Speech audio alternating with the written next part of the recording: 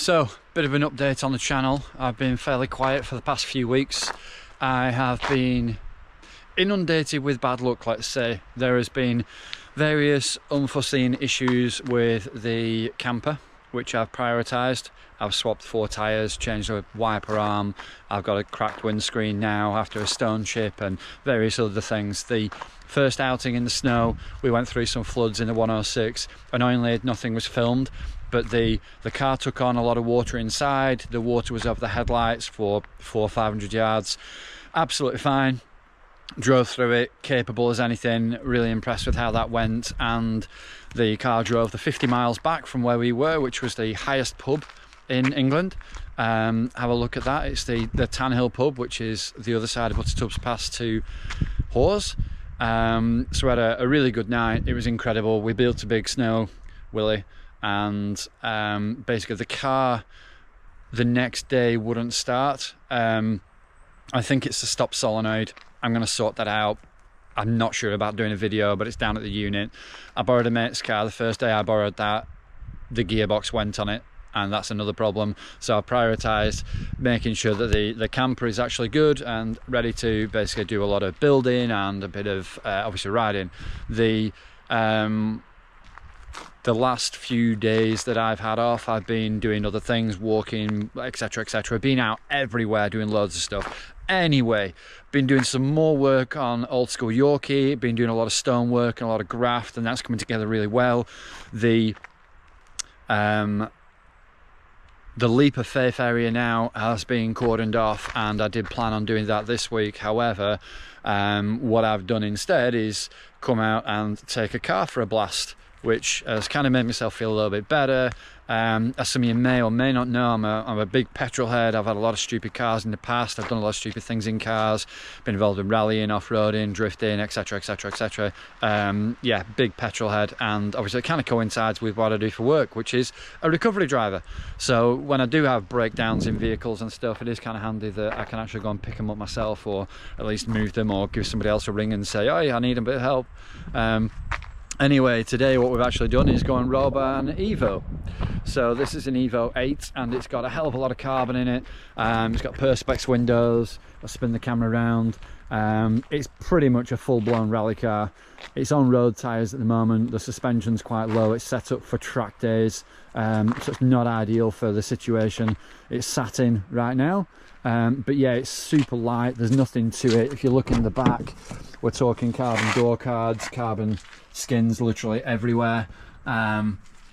It's some serious piece of kit. We've got a flock dash and a pair of serious bucket seats in here.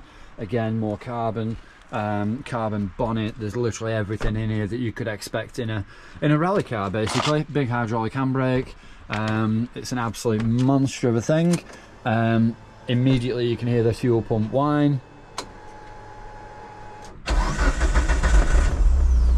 And there she goes, purring away.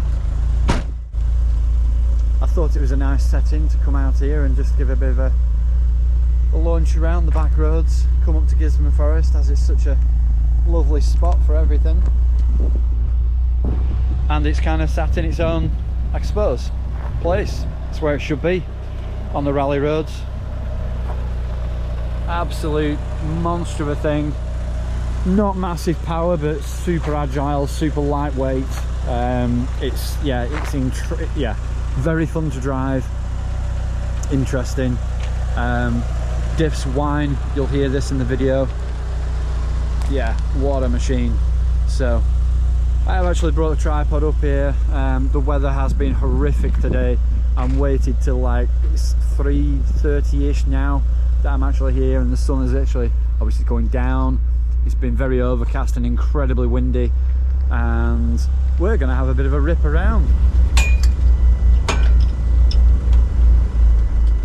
Getting in it, it's just like a rally car, really awkward.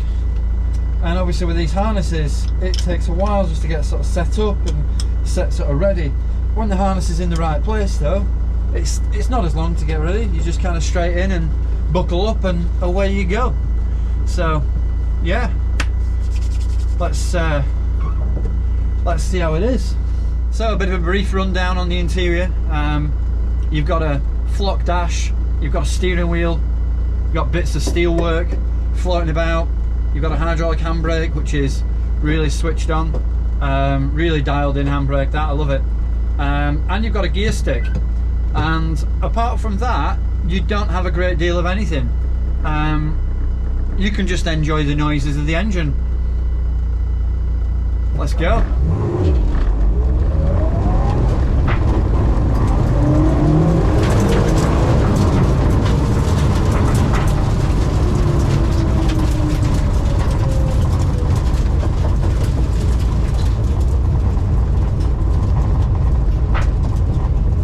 Started to float a bit there then.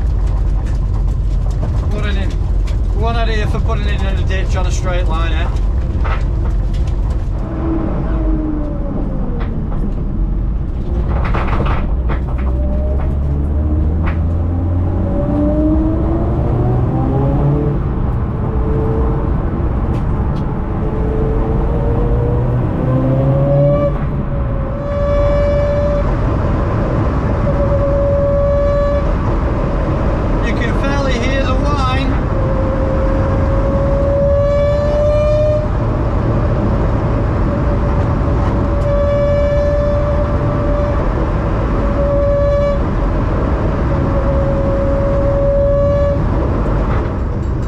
Around 350, 400. It's quite lively, but the main thing about this car is how light it actually is. So fully caged up and carbon pretty much everything. It is a light four-wheel drive whippet.